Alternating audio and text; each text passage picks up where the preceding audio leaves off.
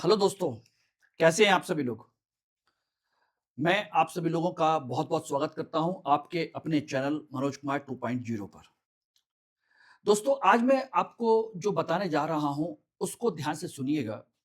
एक बहुत ही महत्वपूर्ण हमारे भारतीय इतिहास की घटना है, जिसे हम कहते हैं डोंबारी की लड़ाई। बहुत कम लोग जानते हैं दोस्तों इसके बारे में कि डोंबारी की लड़ाई क्या है। हो सकता है कि आप में से लगभग 99% छात्र इसके बारे में ना जानते हो।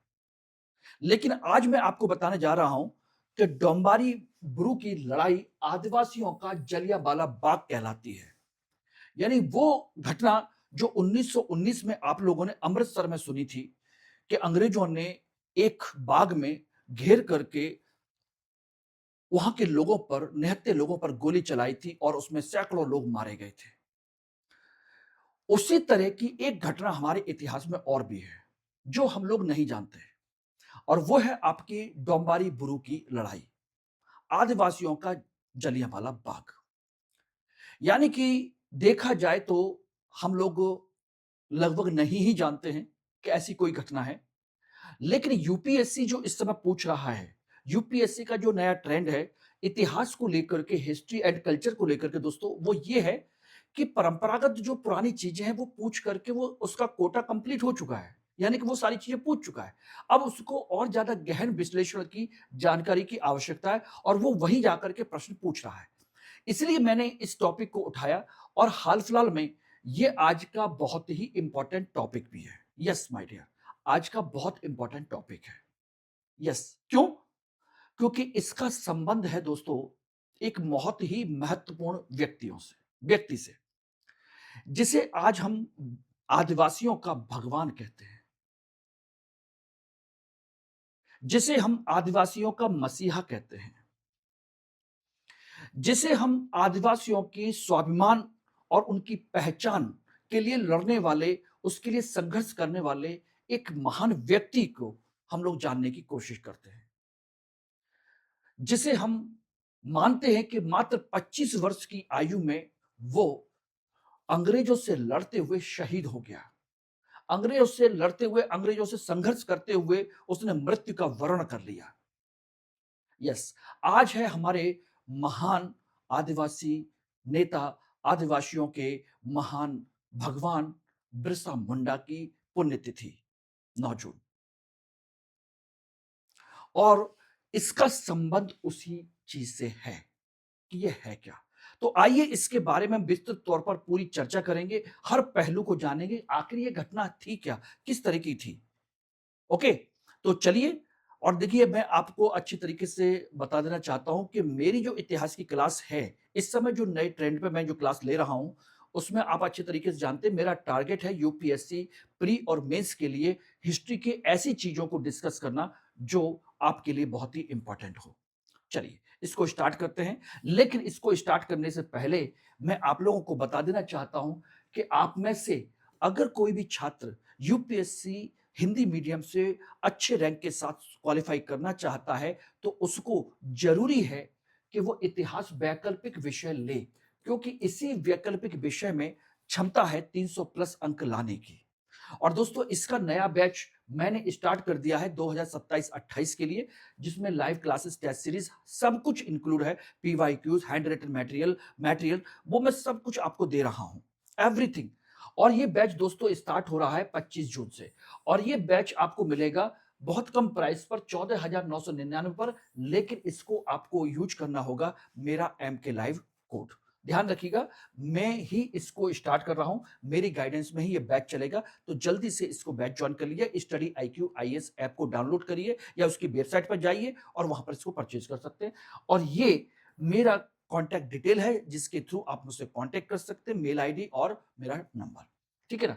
ये आपका कोड है, और ये मेरा डिजिग्नेशन है जो मैंने अचीव किया था, और मैं आप लोगों को वही अनुभव आपके साथ साझा साझा करना चाहता हूं। और इसको आप लोग मेरे टेलीग्राम ग्रुप को ज्वाइन कर सकते हैं इसके थ्रू स्कैन करके, या फिर डायरेक्ट इसको सर्च करके @मनोज कुमार हिस्ट्री के नाम से आप सर्च कर सकते हैं। ओके, तो चलिए इसको हम स्टार्ट करते हैं। आज का टॉपिक डोंबारी बुरु है क्या। देखिए, डोंबारी बुरु का जो जिला है वो मुरहू प्रखंड में खूंटी जिला छोटा नागपुर के क्षेत्र में झारखंड में आता है। ठीक है ना? और ये भारतीय जनजाति का प्रतिरोध का एक ऐतिहासिक स्थल है, जहां पर 9 जनवरी 1900 को एक बहुत ही महान घटना घटित हुई थी। कह लीजिए कि बहुत ही विशाल घटना थी। ये रहा झारखंड का नक्शा और इसमें आपका छोटा नागपुर का क्षेत्र, डोंबारी बुरु का किला। डोंबारी बुरु किला नहीं, मतलब एक पहाड़ी है ये, वहां पर। अब ये बात आती है कि यहां पर हुआ क्या था। यहां पर ध्यान दीजिएगा दोस्तों, अंग्रेजों और आदिवासियों के बीच में एक महान संघर्ष हुआ था।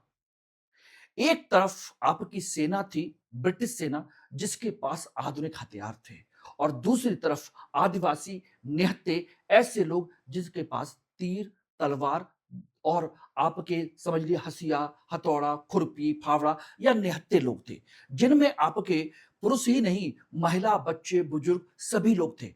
और वो सब अंग्रेजों से लोहा लेने के लिए, अंग्रेजों से लड़ने के लिए, अंग्रेजों से संघर्ष करने के लिए, अपनी जान की बाजी लगाने के लिए मौजूद थे। आखिर ये सब हुआ क्यों था? कैसे हुआ था? इसके पीछे और भी चीजें थी। बात ये आती है कि इसी जगह पर क्यों? इस जगह पर क्यों नहीं? इस जगह पर क्यों नहीं? इस जगह पर क्यों नहीं? आखिर ये विद्रोह, ये आंदोलन, ये संघर्ष आखिर इसी जगह पर क्यों हुआ था? तो चलिए इसके कहानी को हम लोग लेकर के चलते हैं इसके पीछे की तरफ। संघर्ष की जड़ें, संघर्ष की जड़ें थी खूंटकट्टी बनाम ब्रिटिश नीति में। ब्रिटिश सरकार ने भारत पर कब्जा कर लिया, तो उन्होंने भारत पर कब्जा करने के बाद आदिवासी इलाकों पर भी अपना कब्जा कर लिया। और आदिवासियों की एक परंपरा थी खूंटकट्टी की, सामूहिक स्वामित्व की, कि उनके पास जो परंपरा है, यानी कि उनके पास जो संपत्ति है वो सामूहिक है, किसी एक व्यक्ति विशेष की नहीं है, और उसमें सामूहिकता की भावना है। चाहे वो जल हो, जंगल हो, जमीन हो, उस पर समुदाय का अधिकार है, और इसमें बाहरी व्यक्ति का हस्तक्षेप निषिद्ध है। और ब्रिटिश सरकार ने एक तरीके से उसमें हस्तक्षेप करने की कोशिश की और सबको जंगल जमीन का हिस्सा पूरी तरह निर्धारित कर दिया कि भाई जंगल में आप जा नहीं सकते, ये जमीन तुम्हारी अपनी है, इस पर तुम खेती करो, इस पर तुम खेती करो, इस पर तुम खेती करो, बंटवारा कर दिया, यानी कि उनकी परंपरा को तोड़ दिया। ये कंसेप्ट था। कारण औपनिवेशिक नियंत्रण, जमींदारी प्रथा लागू कर दी, अत्यधिक लगान, और महाजनों को, ठेकेदारों को उनको संरक्षण दिया, और उनसे लगान लेने के लिए महाजनों को, जमींदारों को, सबको लागू कर दिया कि भाई तुम इससे टैक्स कलेक्ट करके हमको पहुंचाइए। और जमींदारों ने इनका शोषण किया और इनकी जमीनों पर कब्जा कर लिया, और इनको उन्हीं खेतों में, उन्हीं जगह पर गुलाम बना करके रखने के लिए मजबूर कर दिया। यस, और इसीलिए इन बाहरी लोगों को ये लोग, आदिवासी लोग जो हैं, दिकू कहा करते थे, और इनकी यही समस्या थी। और इसको, नारे को उठाने वाला जो व्यक्ति था वो था बिरसा। महाजन इनको उधार दे दिया करते थे टैक्स चुकाने के लिए, और उनकी जमीन पर गिरवी रख लिया करते थे और उस पर कब्जा कर लिया करते थे। पुलिस इनका प्रशिक्षण, कहा जाए प्रोटेक्शन किया करती थी। मिशनरी इनके धर्म में हस्तक्षेप किया करते थे। ब्रिटिश प्रशासक सारे लोगों की सुरक्षा किया करते थे। जमींदार इनका शोषण किया करते थे। कुल मिलाकर के ये सब के सब बाहरी लोग थे जिन्हें शोषक कहा जाता है, और ये सब हर तरीके से उनका शोषण कर रहे थे, सामाजिक, मानसिक, आर्थिक, हर तरीके से उनकी परंपरा, उनकी धर्म, उनकी संस्कृति, सबको छिन्न भिन्न करने की कोशिश कर रहे थे। यस, तो ये था इसका कंसेप्ट, जिसकी वजह से ये सब लोग परेशान थे। और ये सब लोग परेशान थे, इसीलिए ध्यान रखना कि ये बिरसा मुंडा का या बिरसा भगवान का जो कहा जाए कि संघर्ष है, ये पहला संघर्ष नहीं था। इससे बहुत पहले कई सारे संघर्ष हो चुके हैं, कई सारे संघर्ष, जिनमें संथाल का है, और भी कई सारे ऐसे संघर्ष हैं जो ऑलरेडी हो चुके थे। लेकिन ये कुछ अलग था, और ये अलग क्यों था? क्योंकि धरती आवा ये कंसेप्ट है इनके आंदोलन का। आदिवासी अस्मिता के महानायक, मात्र 25 साल की आयु में ब्रिटिश साम्राज्य की नींव को हिलाने वाला बिरसा मुंडा, बिरसा भगवान, 15 नवंबर 1875 को उलीहातू नाम की, खूंटी नाम की एक जगह है जहां पर बिरसा मुंडा का जन्म हुआ था। ठीक है ना? और 9 जून 1900 को आज ही के दिन रांची जेल में इनकी मृत्यु हुई थी, 25 साल की उम्र में। और इतनी उम्र में सोचिए, ब्रिटिश सरकार को हिला के रख दिया था बहुत बड़े तरीके से। कोई सोच नहीं सकता था कि ये 25 साल का लड़का है, और वो भी अनपढ़ है, बहुत ज्यादा पढ़ा लिखा नहीं है, लेकिन ऐसा व्यक्ति, आदिवासी व्यक्ति इतने हजारों लोगों को इकट्ठा कर सकता है, ये एक बहुत बड़ी चीज थी। और इसको ही धरती आबा या पृथ्वी का पिता, ईश्वर का अवतार कहा जाता है। छोटा नागपुर के मुंडा समुदाय की आजादी, स्वाभिमान और पहचान के लिए अमिट प्रतीक है आपका बिरसा भगवान, बिरसा मुंडा। यस, मुंडा जनजाति इनकी पैतृक भूमि है। देखा जाए तो झारखंड का जो हृदय है, छोटा नागपुर का पठार। मुंडा लोग प्रकृति पूजक हैं, प्रकृति की बहुत उपासना करते हैं। खूंट कट्टी जो प्रथा है, इनकी मूल प्रथा मानी जाती है। भूमि को सामूहिक रूप से जोतते हैं, ठीक है ना। भूमि को अपनी मां मानते हैं, उसको ना बेचा जा सकता, ना गिरवी रखा जा सकता। कोई अपनी मां को कैसे गिरवी रख सकता है। और लेकिन अंग्रेजों के आने के बाद यह परंपरा इनकी टूटने लगी, टूटने लगी। इसकी वजह से ये काफी परेशान थे, काफी परेशान, समझ लीजिएगा। ये एक कंसेप्ट था। अब बात वही थी, खूंट कट्टी और दिकू लोग, बाहर के लोग। इनकी खूंट कट्टी की व्यवस्था, सामूहिक संपत्ति, मुंडाओं की भूमि हमारी मां है जिसे बेचा नहीं जा सकता, इस प्रथा को, परंपरा को वो मानते थे। दिकू बाहरी लोग, अंग्रेज जमींदार, मिशनरी, ये सब इनके सारी की सारी चीजों को पूरी तरीके से नष्ट करने की कोशिश कर रहे थे, समझ लेना। अब बात आती है कि आखिर इनका थोड़ा सा परिचय जानने की कोशिश करें कि इनका परिचय क्या था। तो आपको बता दें कि ये सुगुना मुंडा और कर्मी हाथी इनकी मां, ये पिता हैं और ये इनकी मां है। बहुत ही अत्यंत निर्धन परिवार में इनका जन्म हुआ। बृहस्पतिवार को जन्म होने के कारण इनका नाम बिरसा रखा गया, यानी कि बहुत ही, कहा जाए कि बिरसा का मतलब होता है एक तरीके से ऐसा व्यक्ति जो बहुत ही ज्यादा है, कहा जाए तो भाग्यशाली होता है, उसको कहा जाता है बृहस्पतिवार दिन। बाद में कंडीशन ये थी कि इनके माता पिता के पास कुछ था नहीं, तो इनके पिता ने, इनके मामा अयूब मुंडा के घर इनको भेज दिया, चाईबासा, चाईबासा में। और वहां पर जाकर के इन्होंने, एक जर्मन मिशनरी है, उस मिशनरी में इन्होंने एडमिशन ले लिया, पढ़ने लिखने की व्यवस्था कर ली। और चूंकि एडमिशन लेने के लिए ईसाई बनना था, इसलिए इनका नाम बिरसा डेविड रखा गया। शिक्षा के लिए चाईबासा के जर्मन मिशनरी स्कूल में प्रवेश मिला, जहां उन्होंने ईसाई धर्म स्वीकार कर लिया। यस, ईसाई बने थे। और कंडीशन ये थी कि ईसाई बनने के बाद में उन्होंने कई सारी चीजों को उन्होंने सीखा। प्रकृति की पूजा, और वही उनके बचपन में है, डीएनए में है, उनके जेनेटिक्स में है, प्रकृति को लेकर के असाधारण बुद्धि है। और इस संदर्भ में देखा जाए तो उन्होंने वहां रहते हुए कई महत्वपूर्ण भाषाओं का ज्ञान हासिल किया। यानी कि उस मिशनरी में रहते हुए उन्होंने उड़िया भाषा, हिंदी भाषा और जर्मन भाषा, सभी प्रकार की भाषा की शिक्षा ली। और विशेष तौर पर इन्होंने जर्मन से बातचीत करते हुए, उनसे सारी चीजें करते हुए इजराइल के संघर्ष की कहानी सुनी। और इजराइल के संघर्ष की, इजराइल की आजादी की, इजराइल की अपने, कहा जाए संस्कृति को बनाए रखने का जब संघर्ष सुना, तो इससे बड़े प्रभावित हुए, बहुत प्रभावित। लेकिन आगे जाकर के जब इन्होंने देखा कि जो ईसाई मिशनरी हैं, वो इनके संस्कृति को नष्ट करने की कोशिश कर रहे हैं। जब मिशनरियों ने आदिवासी संस्कृति और मान्यताओं को अंधविश्वास बताया कि तुम जो पूजा पाठ करते हो ये सब अंधविश्वास है, ये किसी मतलब की नहीं है, तब फिर इन्होंने, इनको गहरा मोह भंग हो गया और इन्होंने स्कूल छोड़ दिया। और बिरसा डेविड का जो कंसेप्ट है उसको भी छोड़ दिया, ईसाई धर्म भी छोड़ दिया। लेकिन यह इतना आसानी से नहीं हुआ, इतना आसानी से नहीं हुआ। कंडीशन ये थी कि इनकी मुलाकात होती है एक वैष्णव संत आनंद पांडे से। यस, आनंद पांडे ये रहे। वैष्णव संत आनंद पांडे के संपर्क में आकर इन्होंने रामायण, महाभारत, भागवत का गहन अध्ययन किया। और मुंडाओं के सिंह बोगा, सूर्य देवता की पूजा और सनातन परंपरा, जो रामायण महाभारत की जो परंपरा है, उससे उन्होंने लिंक करने की कोशिश की। तो उनको लगा कि उनके पूर्वज भी उसी तरह की चीजें करते थे, क्योंकि रामायण, महाभारत, तमाम सारी चीजों में सूर्य पूजा, सूर्य नमस्कार की पूरी परंपरा मौजूद है। तो उनको लगा कि ये दोनों एक जैसी हैं। और इसी तरीके से उन्होंने ईसाई धर्म को छोड़ करके सनातन परंपरा को मान लिया। और इसीलिए एक दिन उन्होंने कहा भी था कि मैं तो कृष्ण का अवतार हूं। कृष्ण अवतार भी बताया उन्होंने स्वयं को। यस, बिरसा डेविड नाम हमेशा के लिए त्याग दिया, पुनः अपनी जड़ों की ओर लौटे। और हमारी जमीन हमारी मां, आबुआ दिसुम अबुआ राज, ये उन्होंने नारा दिया था। यानी कि हमारी धरती हमारा राज का नारा दिया था। अब आप लोगों को लग रहा होगा कि सर आप तो बात कर रहे थे किसी जलियांवाला बाग जैसी घटना के बारे में और आप आ गए कहां पर? बिरसा मुंडा के बारे में। देखिए, बिरसा मुंडा से ही उसका संबंध है। अगर हम बिरसा मुंडा को ही नहीं समझेंगे दोस्तों, तो फिर उनके उस जलियांवाला बाग जैसी घटना के बारे में हम उनका महत्व भी नहीं समझ पाएंगे। यस, इसीलिए मैंने उसकी शुरुआत की और उसका बैकग्राउंड, अब जो कि हमारे बिरसा भगवान या बिरसा मुंडा से संबंधित है, उसको लेकर के हम लोग चर्चा कर रहे हैं। ठीक है ना?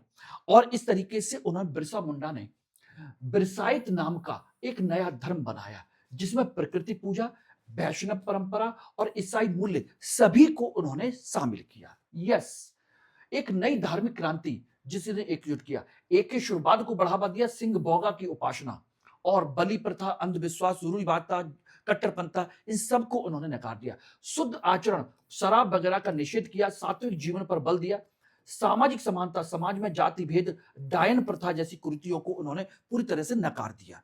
ये सब काम उन्होंने वहां पर किया था, समझिएगा। और जब ये काम किया तो इसके धीरे धीरे इस परंपरा को उन्होंने फैलाना शुरू कर दिया, मात्र कुछ न सालों की उम्र में। सोचना, 17, 18, 19, 20 साल की उम्र में, 25 साल की उम्र में तो शहीद हो गए। और इनके जीवन में रहते हुए इनको भगवान की उपाधि दी गई, यथार्थ और खौफ। जनता ने इनके अद्भुत वक्तृत्व, जो कहा जाए वक्ता की शैली की वजह से, इनकी जड़ी बूटियों के उपचार की क्षमता की वजह से, क्योंकि ये एक तरीके से आयुर्वेदाचार्य बन गए थे, यानी कह सकते हो कि आपके कौन बन गए थे? जो आयुर्वेदाचार्य होते हैं, जो जड़ी बूटियों से इलाज करते हैं, वो। और निडरता ने इन्हें जनता के बीच ईश्वर का अवतार बना दिया, धरती आवा, यानी कि इलाज के माध्यम से किसी को भी ठीक कर देना, समझिएगा, जड़ी बूटियों के माध्यम से बात करने की ऐसी शैली जिससे कोई भी प्रभावित हुआ बिना रह नहीं सकता, कॉन्फिडेंस, अदम्य साहस, और फिर जनता के बीच में इसलिए उनको अवतार माना जाने लगा, सारी चीजें। और अंग्रेजों का खौफ, अंग्रेज कमिश्नर थे फोर्ब्स, उनकी रिपोर्ट में उन्हें ब्रिस्सा द प्रॉफिट का दर्जा दिया गया। यस, सोचिएगा, सोचिएगा, ये हालत थी कि अंग्रेजों ने इन्हें वर्ष बिरसा द प्रॉफिट, यानी कि महान संत या महान जो मैसेंजर हैं, पैगंबर हैं, उन्हीं के रूप में दर्जा दिया। ब्रिटिश अधिकारी इस बात से खौफजदा थे कि कैसे एक अनपढ़ युवा ने लाखों की भीड़ को संगठित कर दिया है, लाखों की भीड़ को। और यहां पर सोचिएगा, बिरसा मुंडा ने लोगों को इकट्ठा किया, अपनी वक्तृत्व शैली के माध्यम से उन्होंने साफ साफ कहा, अंग्रेजों के राज का अंत होगा, मुंडा राज की स्थापना होगी, खूंट की व्यवस्था जो है वो फिर से लागू होगी, दुकुओं को जमींदारों को यहां से बेदखल किया जाएगा, बेगारी प्रथा जो आदिवासियों का विशेष तौर पर बिना पैसे दिए उनका उपयोग किया जाता है, उसको खत्म किया जाएगा, मिस्त्रियों के धर्मांतरण पर रोक लगाई जाएगी और वन अधिकारों की बहाली की जाएगी। इस तरह की मांग को लेकर के उन्होंने एक तरीके से आंदोलन किया, लोगों को उन्होंने चेतना जागृत की लोगों में, ये इनका कंसेप्ट था। और जब इस चीज को लेकर के सारी चीजें हुई, तो सोचिए सरकारों ने, इन सब चीजों ने इनके बारे में कुछ ज्यादा प्रयास नहीं किया, ठीक है ना। कंडीशन ये थी कि छोटा नागपुर के क्षेत्र में लगभग भूमि जमींदारों ने 30% मुंडा लोगों की जमीन पर कब्जा कर लिया था और उनको काम्या की तरह काम करने के लिए मजबूर कर दिया। काम्या बोलते हैं बंधुआ मजदूर के तौर पर, बंधुआ मजदूर के तौर पर उनको मजबूर कर दिया। इसी वजह से इन्होंने इस आंदोलन का नेतृत्व किया, इस विरोध का नेतृत्व किया। यस, और इस आंदोलन को उन्होंने 3 चरणों में विभाजित किया था। पहले चरण में इन्होंने धार्मिक और सामाजिक परंपराओं को बढ़ावा दिया, जिससे कि लोगों को जागृत किया जा सके। और यह घटना है 1895 से लेकर के 1897, 2-3 साल तक इन्होंने काम किया। और 1897 से लेकर के सन 1899 तक लगभग 2 साल इन्होंने इन्होंने अंग्रेजों के खिलाफ, जमींदारों के खिलाफ संघर्ष किया। और इस बीच में ये जेल भी गए, वहां पर इनको प्रताड़ित भी किया गया। 2 साल की इनको सजा हुई, उसके बाद छूट के आ गए। और छूट के आने के बाद में इन्होंने फिर अपने आंदोलन को पूरी जनता में, पूरे देश में, पूरे क्षेत्रों में फैलाया। सशस्त्र विद्रोह की इन्होंने तैयारी की और फिर अंत में जाकर के शुरू होता है 1899 उलू गुलान यानी कि महान विद्रोह। मुद्रा मुंडा भाषा में इसको महान विद्रोह कहा जाता है। उलू गुलान ये रहा महान संग्राम, केवल युद्ध नहीं बल्कि अस्मिता और अधिकारों की समग्र क्रांति है। ये इनकी यही राज स्थापना है, ये रही जो मैंने अभी आपको बताई कि अंग्रेजी राज का पूर्ण अंत और मुद्रा राज की स्थापना, खूंटकट्टी व्यवस्था का ससम्मान स्थापना, दिकुओं के और जमींदारों की बेदखली, बेगारी प्रथा, जर्मन धर्मांतरण पर रोक, ऐसी इन्होंने इसमें मुख्य मांगे रखी इस आंदोलन के माध्यम से। और अल्टीमेट जब ये सारी चीजें नहीं हुई तो फिर अब आप समझ सकते हो कि इन्होंने किन किन चीजों को लेकर के आंदोलन किया। और अल्टीमेट जो मैंने 3 चरण बताए थे वो मैंने आपको डिस्कस किए। अल्टीमेट ये पहुंच गए डोंबारी बुरु में। उनको पता चल गया कि भाई ऐसे कुछ हो नहीं सकता, अब हमें आर पार की लड़ाई लड़नी होगी। और डोंबारी बुरु जो कि हमारा मुख्य उद्देश्य है, जो आज हमारा टॉपिक है, उसी को लेकर के मुंडाओं का जलियांवाला बाग 9 जनवरी 1900 को खूंटी में एक जगह है छोटा नागपुर के उसी क्षेत्र में, उलू गुलान का मुख्य रण क्षेत्र, हजारों मुंडा योद्धा तीर धनुष के साथ एकत्रित हुए। और यहां पर कंडीशन ये थी कि चारों तरफ एक पहाड़ी इलाका था, पहाड़ियों के बीच में एक मैदान में ये लोग इकट्ठे हुए।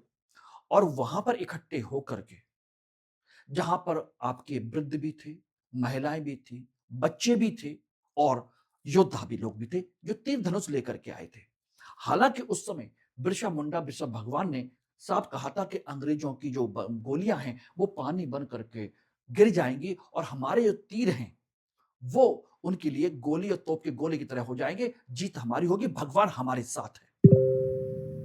और इस तरीके से हजारों योद्धा उनके साथ तैयार हो गए। और ये बात पढ़नी है तो आप देख सकते हो, आपकी जो बिपिन चंद्रा की जो किताब है उसमें ये लाइन लिखी हुई है मुंडा विद्रोह के संदर्भ में, उसको आप पढ़ सकते हो। ठीक है ना? तो ये एक कंसेप्ट था और इस तरीके से कंडीशन हुई। लेकिन उस मैदान के चारों तरफ जब ये खबर मिली तो अंग्रेजों ने उस पहाड़ी इलाके को चारों तरफ से घेर लिया। आधुनिक बंदूकों से लैस ब्रिटिश सेना ने निहत्ती भीड़ पर अंधाधुंध गोलियां चलाई, चारों तरफ से घेर करके, जस्ट लाइक अ जलियांवाला बाग। और ये मुंडा जलियांवाला बाग बन गया। सैकड़ों मुंडा पुरुष, महिलाएं, बच्चे शहीद हो गए और यह पहाड़ी आज भी सर्वोच्च बलिदान के मुख्य गवाह मानी जाती है। यस, यही मानी जाती है। इसी को स्थानीय अनुश्रुतियों के अनुसार डोंबारी बुरु में सैकड़ों मुंडा लोग मारे गए थे। सरकार के अनुसार तो मुश्किल से 30-40 लोग मारे गए थे। लेकिन कंडीशन ये थी कि अगर हम उसके स्टेट्समैन की रिपोर्ट माने तो उसमें कहा जाता है कि 400 से ज्यादा लोग मारे गए थे और वहां पर बिरसा मुंडा बच करके निकल गए। यस, ठीक है ना? डोंबारी ही क्यों?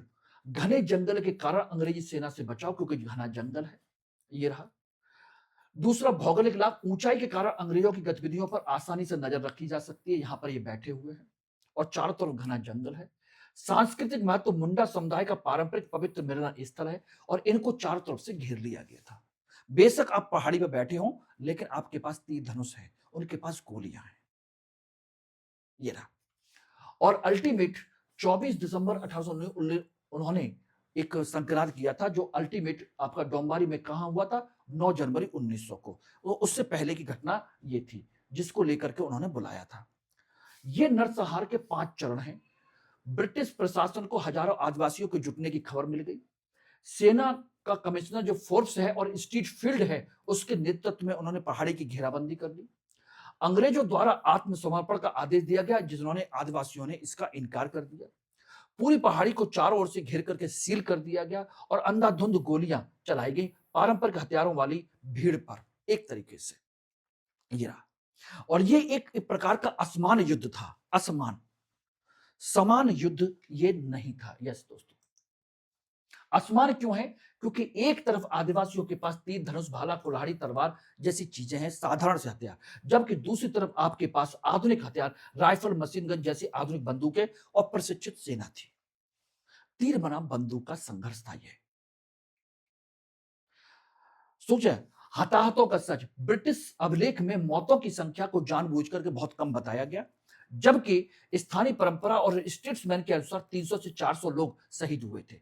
वास्तविक शहीदों की संख्या इससे कहीं ज्यादा थी, जिसे अंग्रेजों ने दबा दिया, बताया ही नहीं। और इस तरीके से इसे जलियांवाला बाग कहा जाता है आदिवासियों का। और दोनों में अंतर क्या है कि यहां पहाड़ी को घेर कर गोलीबारी चलाई गई, वहां बाग को घेर करके गोलीबारी चलाई गई। यहाँ निहत्थे लोग थे, वहां भी निहत्थे लोग थे। यहां भी ब्रिटिश सेना द्वारा नरसंहार किया गया, वहां भी ब्रिटिश सेना द्वारा। यहां भी सैकड़ों मौतें और वहां भी सैकड़ों मौतें। यस, इसीलिए इसको डोंबारी बुरु को हम कहते हैं आदिवासियों का नरसंहार। लेकिन वास्तविक जलियांवाला बाग से 19 साल पहले हुआ था, सन 1900 में। और विद्रोह का अंत कैसे हुआ दोस्तों? विद्रोह का अंत हुआ बिरसा की शहादत से। नरसंहार के बाद, गोलीबारी के बाद बिरसा भगवान बच के निकल गए और आंदोलन का नेतृत्व बिखर गया, कमजोर पड़ गए। लेकिन फरवरी 1900 में जंगल में सोते समय बिरसा मुंडा की गिरफ्तारी कर ली गई। एक व्यक्ति ने 500 रुपए के लालच में उस समय इनकी खबर दी थी और इनको पकड़ लिया गया। और अल्टीमेट 9 जून 1900 को आज के दिन रांची जेल में 25 वर्ष की आयु में इनकी मृत्यु हो गई। अधिकारियों ने बताया कि इनको हैजा हो गया था। इतिहासकार कहते हैं कि इनको धीमा जहर दिया गया था, क्योंकि हैजे की समस्या उस समय थी ही नहीं। Yes, on that time there was no diarrhoea like situation. एक रहस्यमय मृत्यु है उनकी। 1895 में गिरफ्तार हुए गए थे, पहली बार हुए थे, और दूसरी बार सन 1900 में, और उसी समय इनकी मृत्यु हो गई। ठीक है ना? और ये जो जगह है, ये मैं जगह बता देता हूं, वो है जगह चक्रधरपुर। चक्रधरपुर में ये जगह है, समझ लीजिएगा। 500 रुपए के लालच में, और उस व्यक्ति का, उस मुखबिर का नाम ब्रिटिश सरकार ने कभी भी ओपन नहीं किया, कभी भी सार्वजनिक नहीं किया है। और 4 महीने बाद 19 जून को, सॉरी 9 जून को 1900 को, आज के दिन इनकी मृत्यु हो गई। ये 3 फरवरी को गिरफ्तार, 500 रुपए के लालच में, एक गद्दार की सूचना के बाद सेंदरा के जंगल में पकड़े गए। 9 जून को रांची जेल में 25 वर्ष की आयु में अंतिम सांस ली। अंग्रेजों ने आधिकारिक कारण है इसका कॉलेरा या डायरिया जिसे कह सकते हैं, कॉलेरा कह सकते हैं, उसको बताया गया। और महामारी को एक पूर्णतः स्वस्थ युवा की मृत्यु धीमे जहर की ओर स्पष्ट इशारा करती है कि उनको धीमा जहर दिया गया। और ये जो इमेज है, ये इनकी ओरिजिनल इमेज है। यस दोस्तों, ध्यान रखना, अनसुनी कहानियां मैं कुछ बताने जा रहा हूं। चालकद के पास सालगा में विशेष अखाड़ा था, जहां युद्ध कला और अध्यात्म का गुप्त प्रशिक्षण होता था, जहां पर इनका मुख्यालय था। ये रहा। दूसरा, इनके प्रतीकात्मक इतिहास में उपेक्षित मायम, इनकी बहुत सारी महिलाएं योद्धा थी, महिला अनुयायी थी, जिन्होंने संदेश फैलाए और अग्रिम पंक्ति में युद्ध लड़ा था। लेकिन इतिहासकारों ने उनका इतिहास नहीं लिखा, आदिवासियों का ही लिख दिया। यही बहुत बड़ी बात है, मायम कहा जाता था उनको। और एकमात्र प्रमाणिक तस्वीर जो आपके सामने है, ये उनकी एकमात्र तस्वीर है जो रांची जेल में ली गई थी, जिसे निर्वंश विज्ञानी यानी कि एंथ्रोपोलॉजिस्ट जो हैं एससी रॉय ने अपने सहेज करके रखा था। एससी रॉय ने, यस, एससी रॉय तो बोलो तो सुरेश सिंह रॉय। ठीक है ना, ध्यान रखिएगा, उन्होंने इसकी तस्वीर को संभाल के रखा है। एससी रॉय, सुरेश सिंह नहीं, क्या बोलते हो उसको, सुरेश चंद्र रॉय। ठीक है ना, ध्यान रखिएगा, सुरेश चंद्र रॉय। कहीं कहीं उनका नाम मिलता है शरद चंद्र रॉय भी मिलता है, तो वो है आपके जिन्होंने इस तस्वीर को लिया था। उल्लू गुलान की गूंज, आबुआ दिसम आबुआ राज, हमारी धरती हमारा राज, ये इनका प्रमुख स्लोगन है। हम सूरज और धरती की पूजा करते हैं, उन्होंने कभी झूठ नहीं बोला, लेकिन दुखों ने हमेशा झूठ बोला है। जो जमीन हमारे खून पसीने से सींची है वो हमारी है, हम कोई कागज का टुकड़ा हमारी मां से हमें अलग नहीं कर सकता। और ऐतिहासिक विजय, इनकी मृत्यु के 8 साल बाद ब्रिटिश सरकार को छोटा नागपुर टेनेसी एक्ट 1908 बनाना पड़ा, जिसमें एक तरीके से माना जाए तो बिरसा मुंडा की ऐतिहासिक विजय है, जिसमें कह दिया गया कि आदिवासियों की जमीन किसी गैर आदिवासी को नहीं बेची जा सकती। आदिवासी भूमि गैर आदिवासी को बेचने पर पूर्णतः प्रतिबंध है, और आज भी पूर्णतः प्रतिबंध है। झारखंड राज्य का निर्माण 15 नवंबर 2000 को हुआ। 15 नवंबर को जनजातीय गौरव दिवस मनाया जाता। पेशा एक्ट और वन अधिकार अधिनियम उनकी ही सोच का विस्तार है। और इसी को लेकर के अभी आपने सुना होगा कि वहां पर इसको लेकर के एक विरोध भी हो रहा है। वहां के लोगों ने विरोध किया है सड़क को चौड़ा करने को लेकर के, रेल की पटरी को लेकर के। इसी तरह के बहुत सारे आदिवासियों के विद्रोह हो रहे हैं, विरोध हो रहे हैं भारत सरकार की नीतियों के खिलाफ। वो उनकी वही पारंपरिक प्रकृति पूजा जैसी चीजों के है, सरना धर्म को लेकर के है। और दीर्घकालिक प्रभाव मैंने बता दिया, प्रशासनिक झटका, अंग्रेजों को एहसास हो गया कि जनजातियों का जो प्रश्न है वो केवल कानून व्यवस्था का नहीं है। इसलिए उन्होंने छोटा नागपुर टेनेसी एक्ट बनाया 1908 में। और राजनीतिक चेतना, झारखंड आंदोलन और जंग जंगल जमीन का संघर्ष इन्होंने तैयार किया। यह है। इतिहास लेखन की बात की जाए तो राष्ट्रवादी इतिहास लेखकों ने बिरसा मुंडा को एक स्वतंत्रता सेनानी और डाम्बारी बुरु को औपनिवेशिक दमन का प्रतीक माना। राष्ट्रवादी इतिहासकारों ने, मार्क्सवादी दृष्टिकोण ने इसे विशुद्ध वर्ग संघर्ष कहा, आर्थिक शोषण के विरुद्ध भूमि आंदोलन बताया। और सबॉल्टन जो है, नीचे से उभरता हुआ इतिहास, उन लोगों ने कहा कि history from the below, Adivasi agency और सांस्कृतिक अस्तित्व की लड़ाई है ये एक प्रकार से। यस, ये अलग अलग लोगों ने अलग अलग तरीके से अपनी बातें कही हैं। सबल्टन थ्योरी, रंजीत गुहा जैसे लोग हैं, मार्क्सवादी है डीडी कौशाम्बी जैसे लोग, राष्ट्रवादी है केपी जायसवाल जैसे लोग, आरसी मजूमदार जैसे लोग, जिन्होंने इन सब चीजों को लेकर के अपने अपने पक्ष रखे हैं। कुल मिलाकर के जलियांवाला बाग भारतीय राष्ट्रवाद की स्मृति है, जबकि डोम्बारी बुरु भारतीय जनजाति प्रतिरोध की एक शाश्वत स्मृति है।